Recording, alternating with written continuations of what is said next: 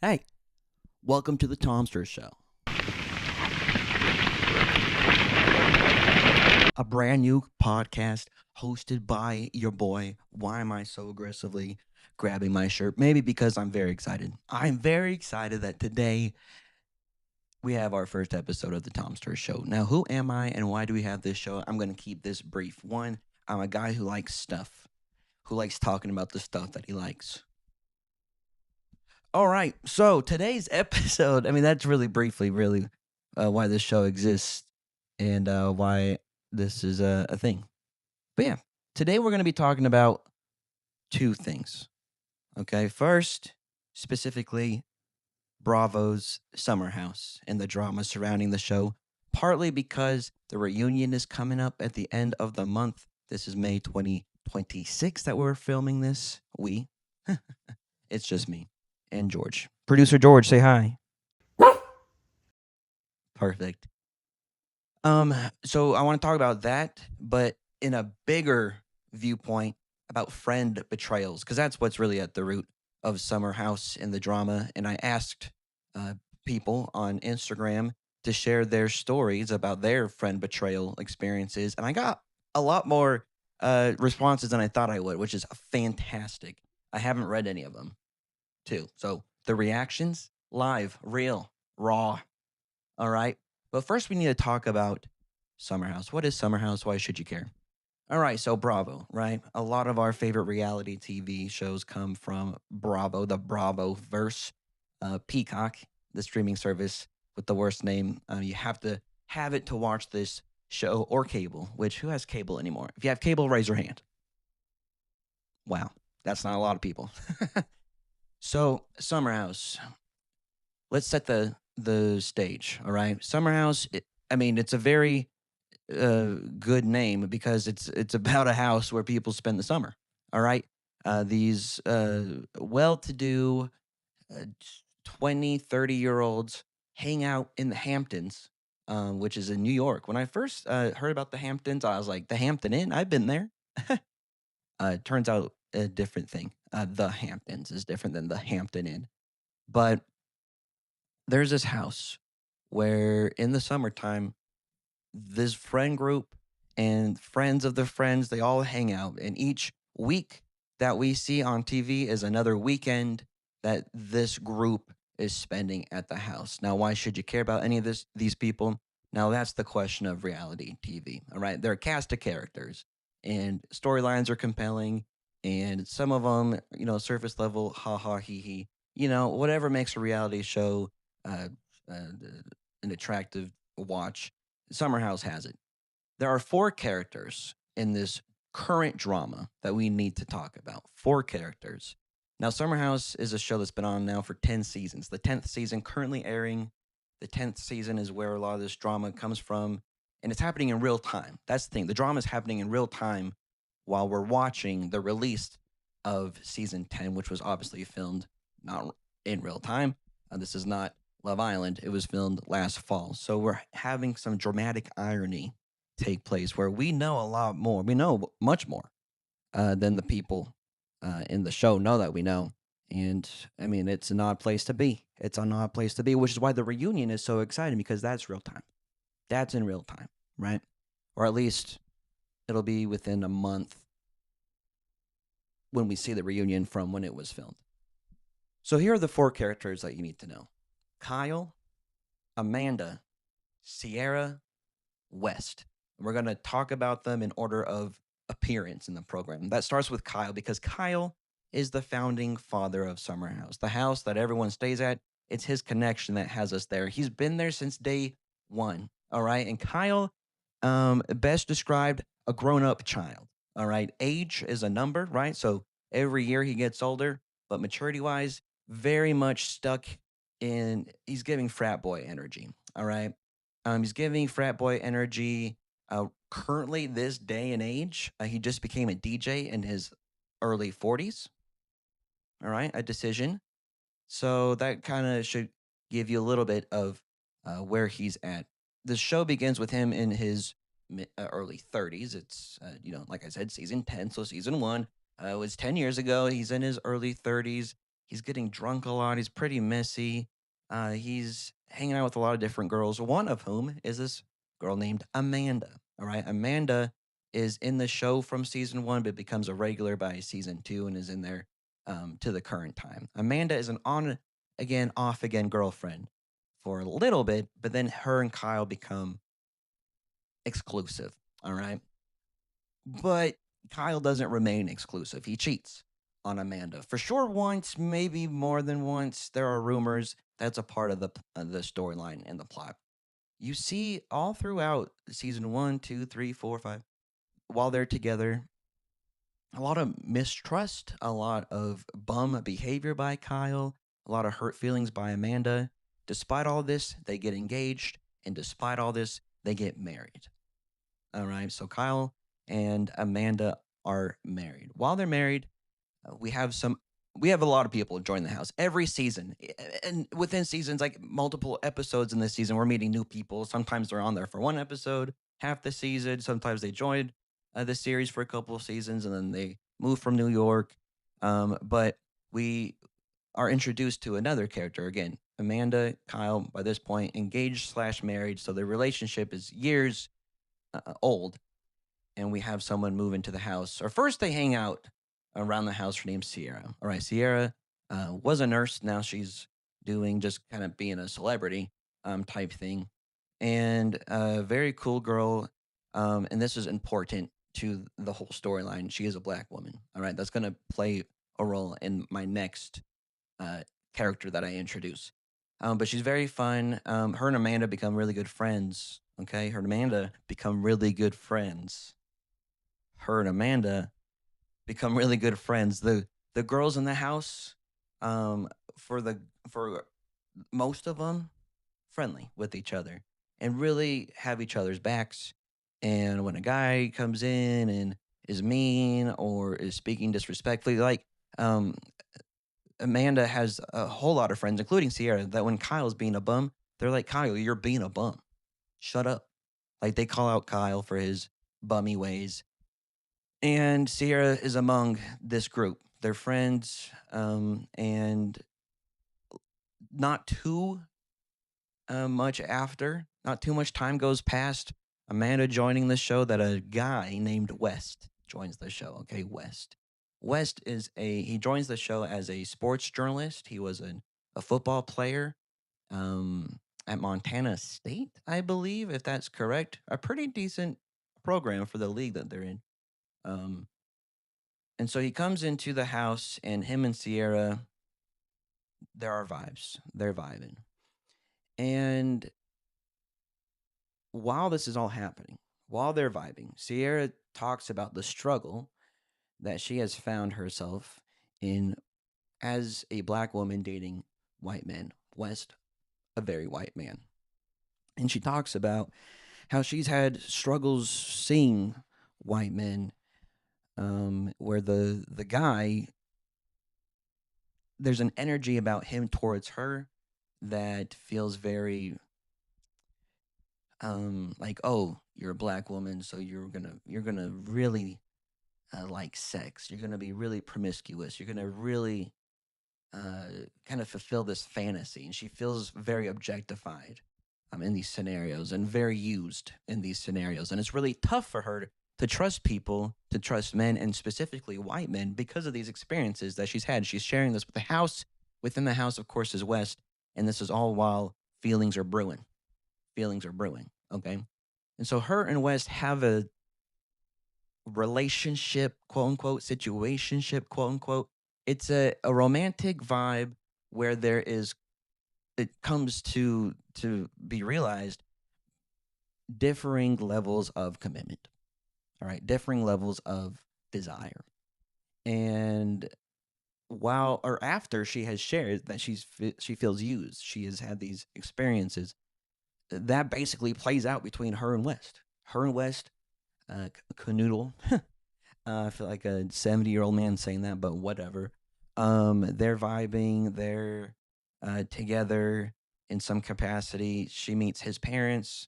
They're talking about grander plans, and then suddenly it's over.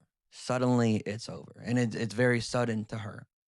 And West, oh, I mean, we weren't like official, this and that. And is giving very much F boy energy. And West is a sneaky type of F boy. Okay, when we talk about F boys, all right, when we think about F boys, I feel like the image that pops into our head is the burly jock, all right, who's just like, just what's up, what's good, or whatever.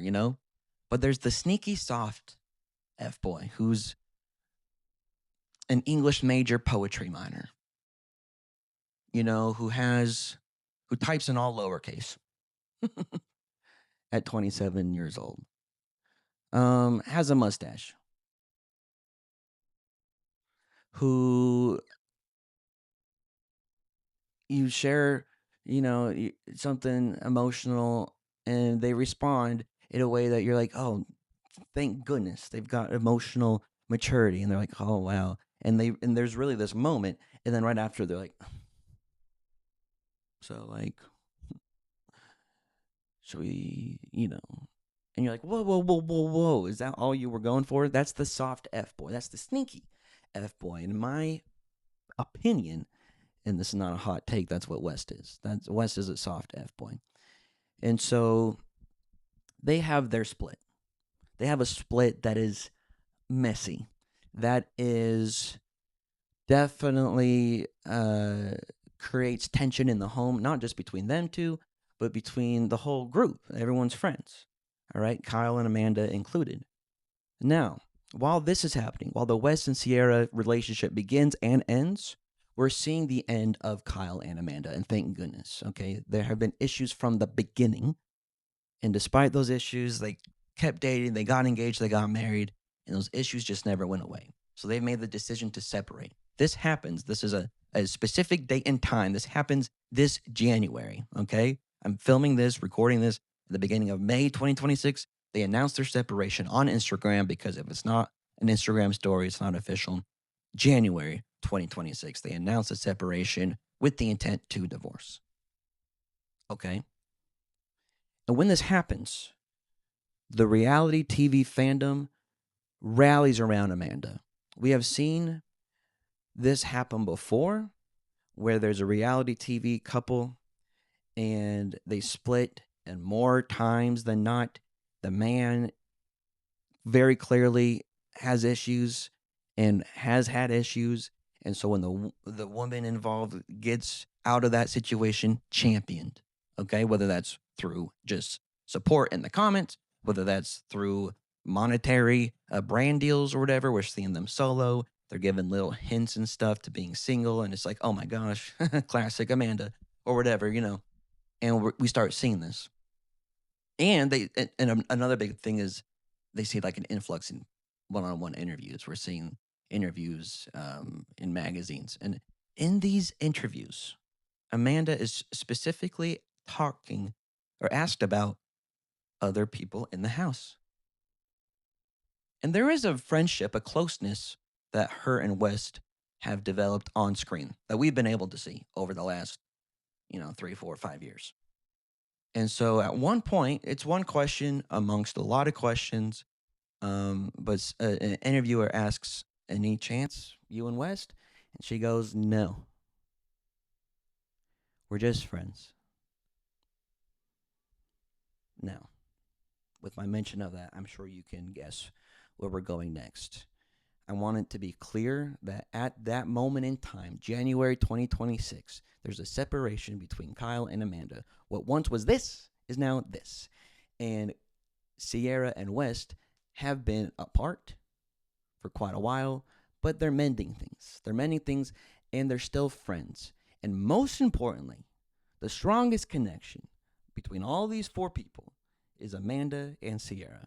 Very, very close friends. Now, we fast forward a month or two. For us, the public, 2 months. It's March 2026, and there are sprinklings of rumors, sightings of Amanda and West. Amanda and West. Closer and doing certain things that friends wouldn't do. More than friends would. But that's no, that's not possible. That would no. That's not Amanda and West. But Amanda's best friend is Sierra, and Sierra really liked West and got hurt by West and was mending things with West. And West and Amanda, they're just friends. They talked about this publicly. They're just friends. They'll never be anything more. And then Kyle's just over there. But lo and behold, speaking of official things happening on Instagram stories, in March, we see an Instagram story from Amanda. We see an exact duplicate, word for word, bar for bar, and font for font. Like it's the same on West's Instagram story, confirming through a lot of words that yes, they are romantically involved. Blindsided. Everybody's blindsided. Right? Amanda had just come out of this of a relationship with Kyle. She is on this meteoric rise that is very rare. Okay? And suddenly flips it on its head. She is now being viewed as the anti-girls girl, breaking girl code, going behind her friend's back to get with her friend's ex. The ex that Sierra cried over, with Amanda comforting her. Then that man that was the main character in that situation, Amanda's now with. And it was secretive. We find out West admits later that, yes, we heard about it in March, but they started seeing each other in a more serious way in February. So the separation happens in January. They get together in February. We all find out in March and in April and May. In the real time, we're watching the scenes that happened between this friend group last fall.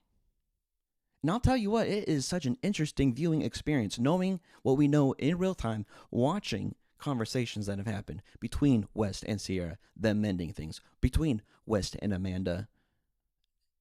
We are now reading as flirtation, hearing them say certain things, knowing that now, 6, 7, 8 months later, it's totally not true about, oh, we're just friends, but over here, this and that.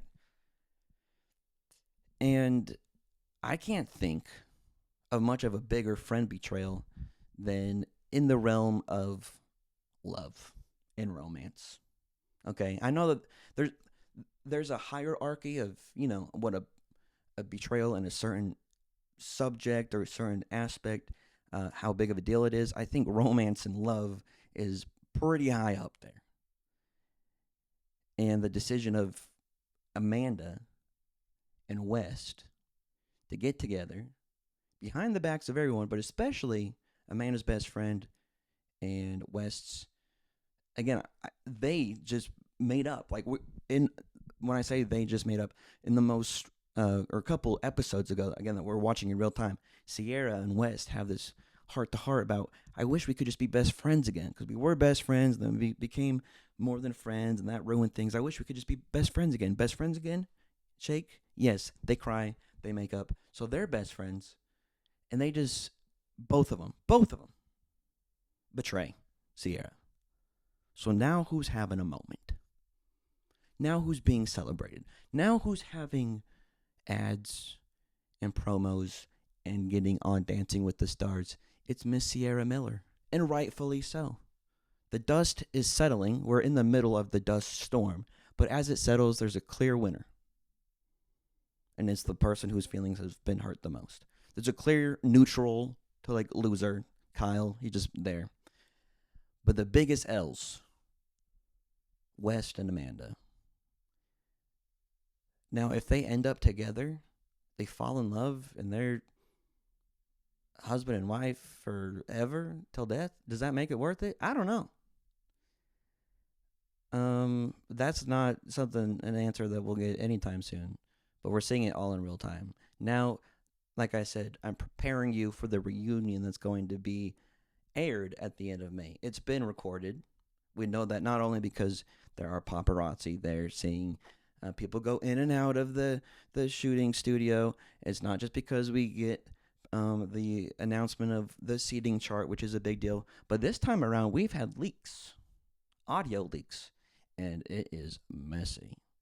Now I understand that the host of the show, the creator of the show, Andy Cohen, not happy about the leaks. I understand the network, Bravo and NBC, not happy about the leaks. I don't know if there's anything better for the promo of this reunion than the leaks, because we didn't hear anything that we didn't think we were going to hear. Sierra's mad at Amanda and mad at West, and they're defending things, and people are mad at each other. Oh, well, really?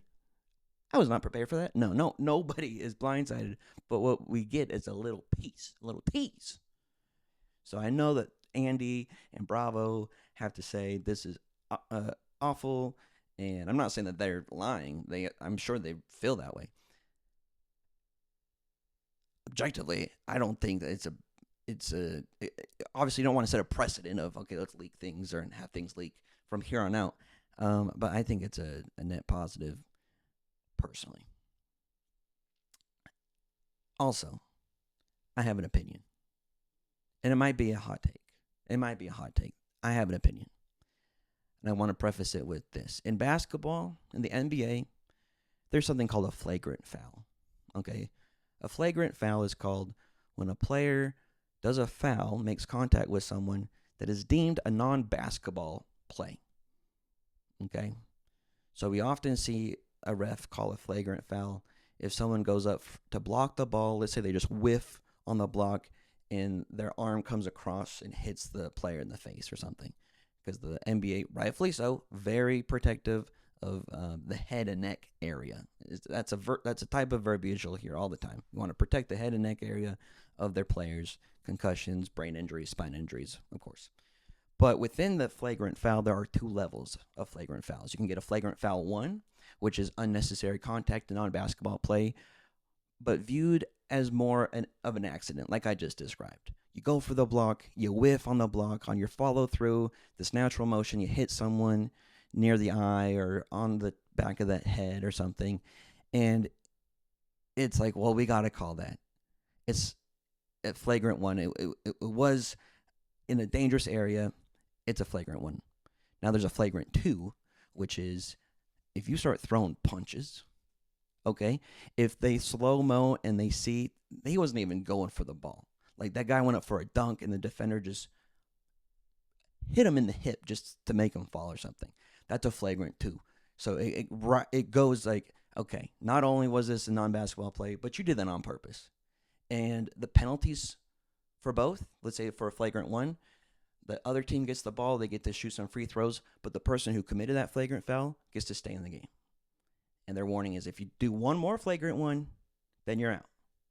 But that's, you get a warning. You're not thrown out of the game. A flagrant 2, immediate ejection. You're out of here. I explain all that to say this. I think Amanda and West both did wrong. I think hiding their relationship from Sierra was wrong. I think getting into the relationship before any communication with anybody, and with it being so sneaky and silent and everything, was wrong. I will say, I think West did more of a flagrant 2, and Amanda did more of a flagrant 1. This is my rationale. West, ex of Sierra, currently not in a relationship, pursues Amanda, knowing all of that, everything that could happen if they get caught. And of course, it's going to come out at some point. And here we are. Amanda, in an abusive relationship, a net negative relationship for the last decade, just got out of it, okay, and is experiencing dating for the first time. Gets together with a close friend. With everything, it's betraying a close friend as well. It is also bad. Again, flagrant fouls, both bad. Both worse than a normal foul. There's a common foul. Someone shoots the ball, you hit their arm, that's the foul. You do something worse than that, that's a flagrant 1. You do something worse than that, that's a flagrant 2. So there's no good. But I do think what West did is worse than what Amanda did, with both of them being bad. Does that make sense? You can disagree or agree. If you have a hard opinion, yes or no, I would love to see it in the comments. If you're watching this on YouTube, if you're listening to this somewhere else, DM me or something. Or leave a comment on a clip that I post on some social platform from this episode. I would like to hear your thoughts. And with that, quick ad break. I'm joking. No ad. Just me here. But this could be a cool place for an ad. I mean, if someone wants to like pay money for an ad, I'll take it. But anyways, just me. And oh, how about this little guy? How about this little guy?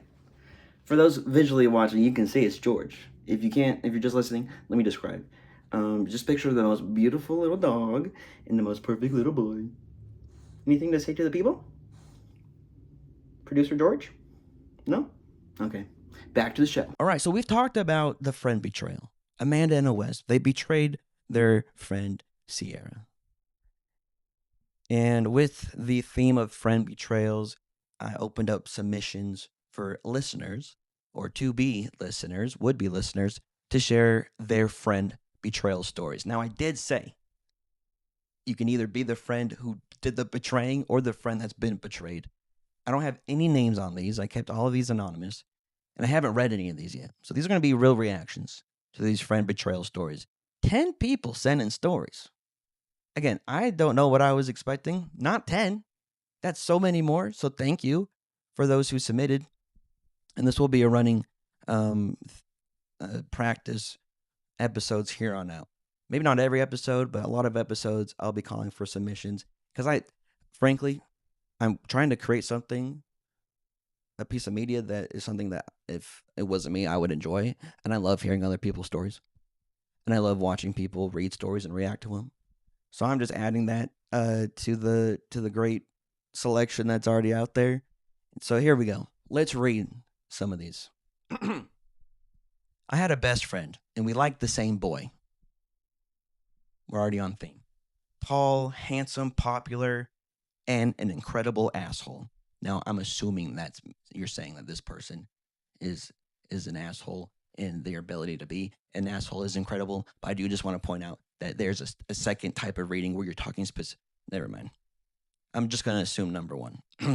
My best friend started dating the guy. That's betrayal enough, honestly.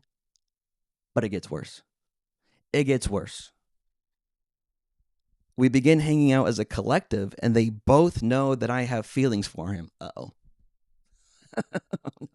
I am picking up on a 2 versus 1 situation. Our writer here is outnumbered. A month or so in, he starts texting me very flirtatious stuff. What are you wearing? You look so good today, bruh. What are we doing? When I finally confronted him about it, he said, me and this person thought it'd be so funny to mess with you. Funny to whom? You? Your girlfriend? Can't you guys go to maybe a little comedy show? You want to do something funny? I don't know. Put on your favorite rom-com. Watch Elf. Why are you messing with my feelings? Why is that the funny thing? Amazing. But then he had the gall to send me Big Sean's I don't fuck with you. As if I had done something.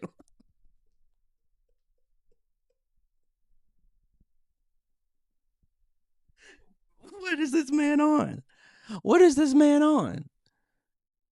Clearly, there's disconnect between this man and what a good person is. Because to do what he did and your friend to do the messing, oh, you look so good. What are you wearing? Blah, blah, blah. Oh, it would be so funny. But then to be like,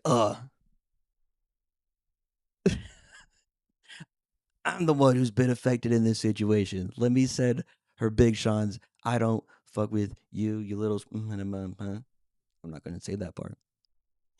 That's crazy. I hope him and the girl had a horrible breakup.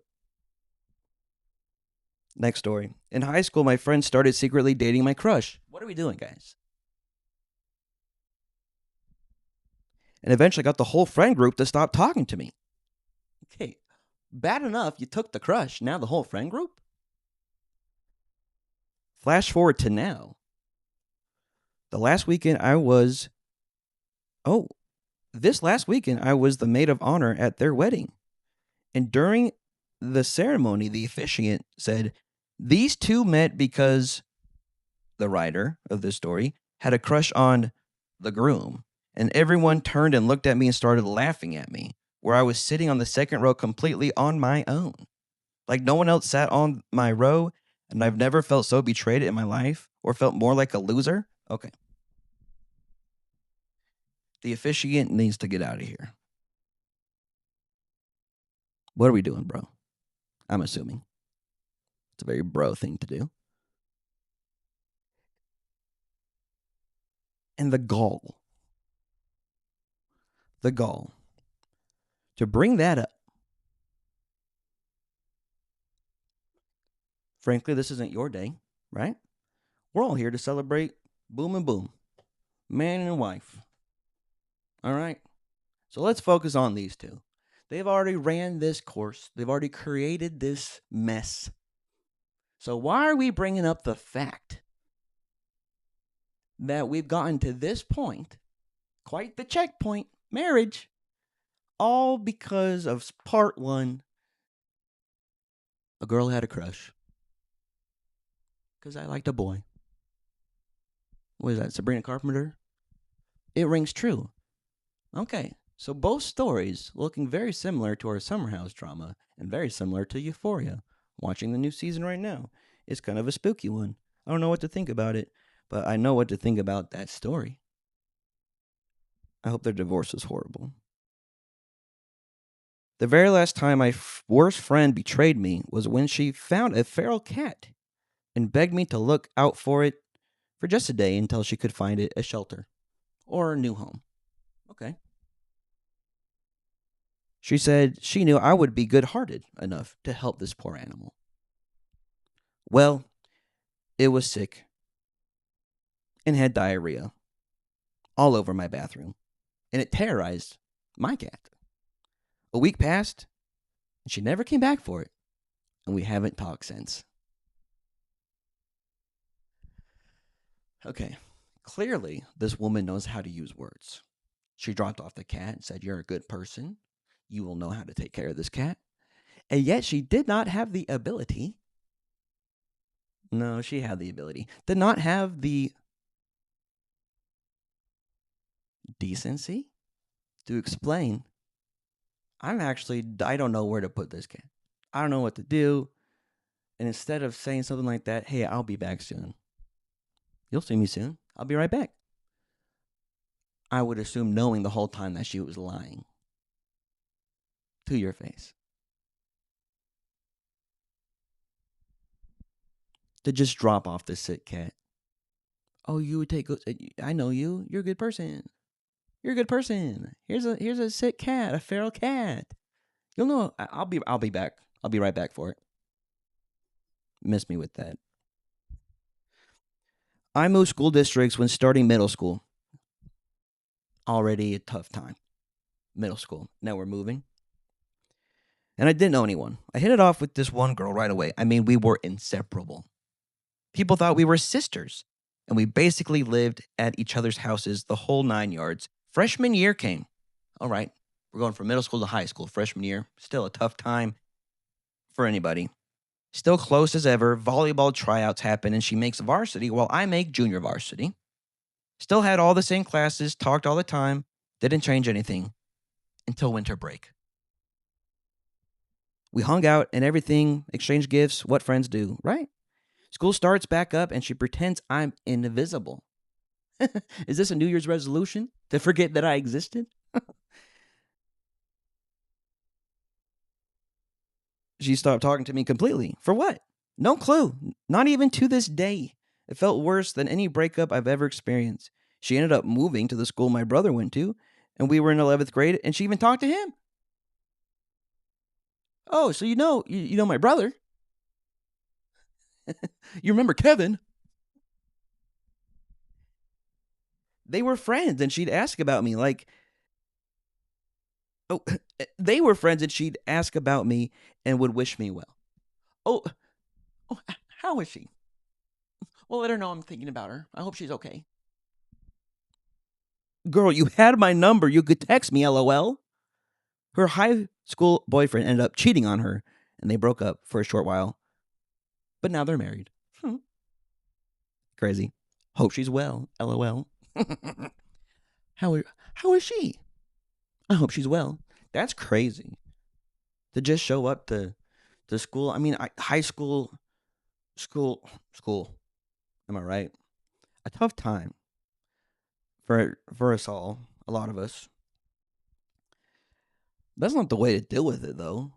To just ghost your best friend. What are we doing? What are we doing?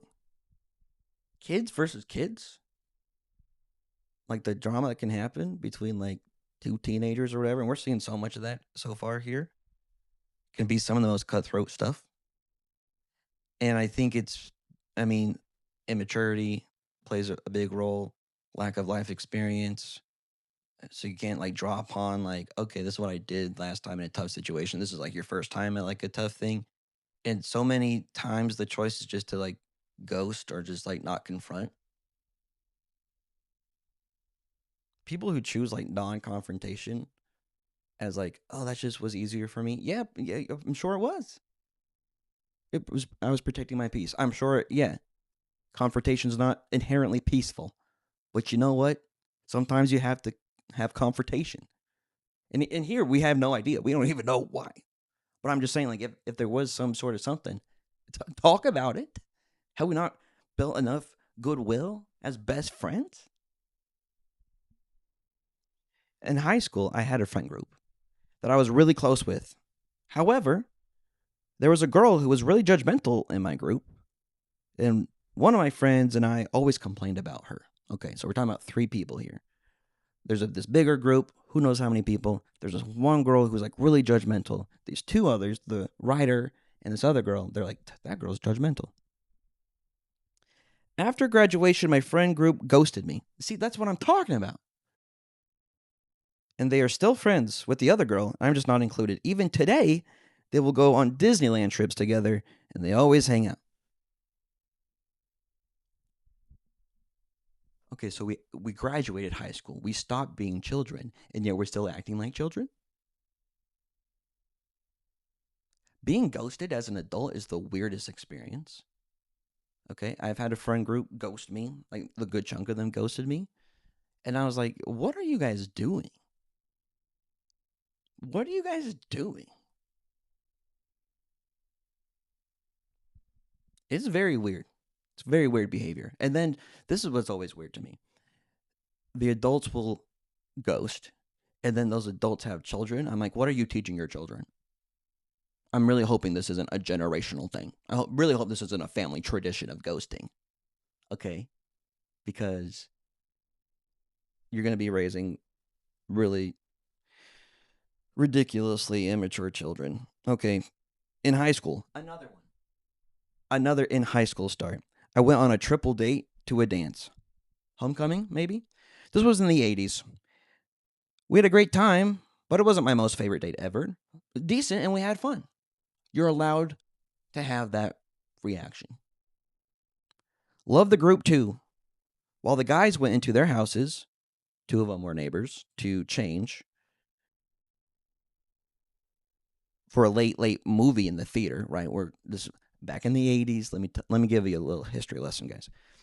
Apparently, back in the 80s, when there was nothing else to do, they would play movies at like midnight. My parents talk about this. Oh, they went and watched Monty Python and the Holy Grail. I heard this is one of those movies that they would watch. And there's another one, and it's leaving my mind. It's leaving my mind, unfortunately. But like, there are these classic midnight movies, and Monty Python was one of them. This person says best ever. Anyway, they left us 3 girls in the car, and one of the girls asked how we liked our dates. We all kind of said we liked them, but not super a lot. One of the girls talked more about how her date bugged her. She wasn't attracted to him, wasn't her type. And we all kind of chimed in, maybe agreed, and said a few things about our dates, even though I thought her date was cuter than mine. Oh, girl. You said, okay, I know you're complaining about your boy, but can we switch? Sub. Put me in, coach. Well, a few weeks went by, and one of the girls ran up to me at school and told me that she found out that they had put a tape recorder Whoa.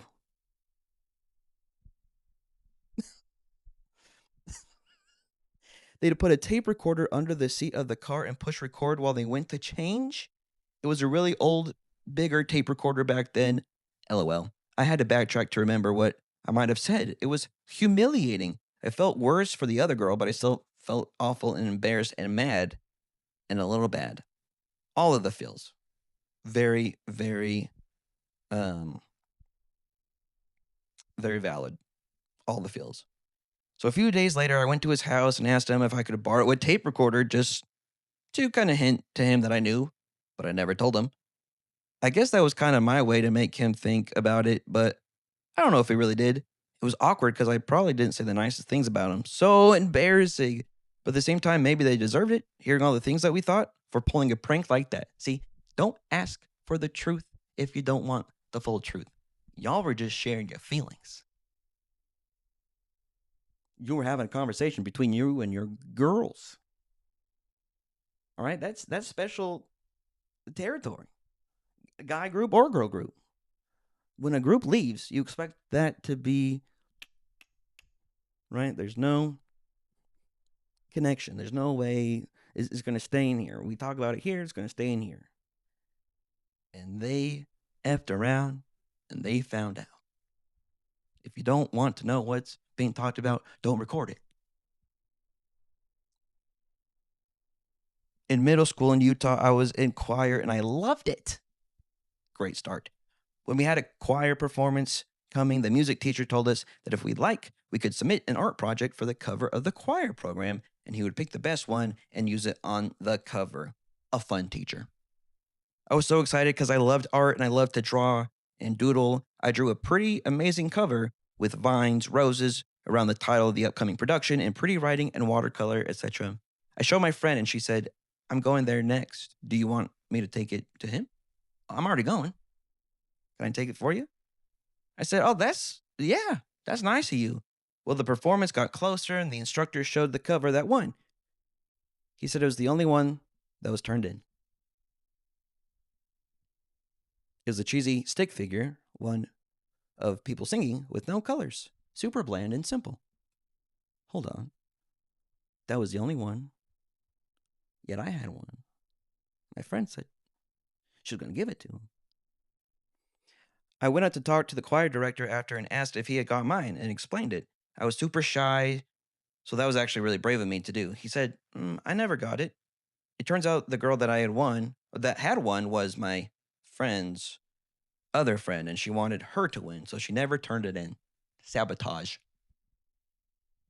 Absolute sabotage. So sad for me because that was actually a huge step for me because I was so shy back then. This person was like, I'm taking a step into a space that I'm not super comfortable in, but it's an opportunity for me to use my skills and my love for art, and I'm going to try it out. Oops. I trusted a friend. That was my mistake. My friend said, oh, I'm going there next. I'll turn it in. Oops. Trusted my friend at their word. Again, so many of these happening in our youth.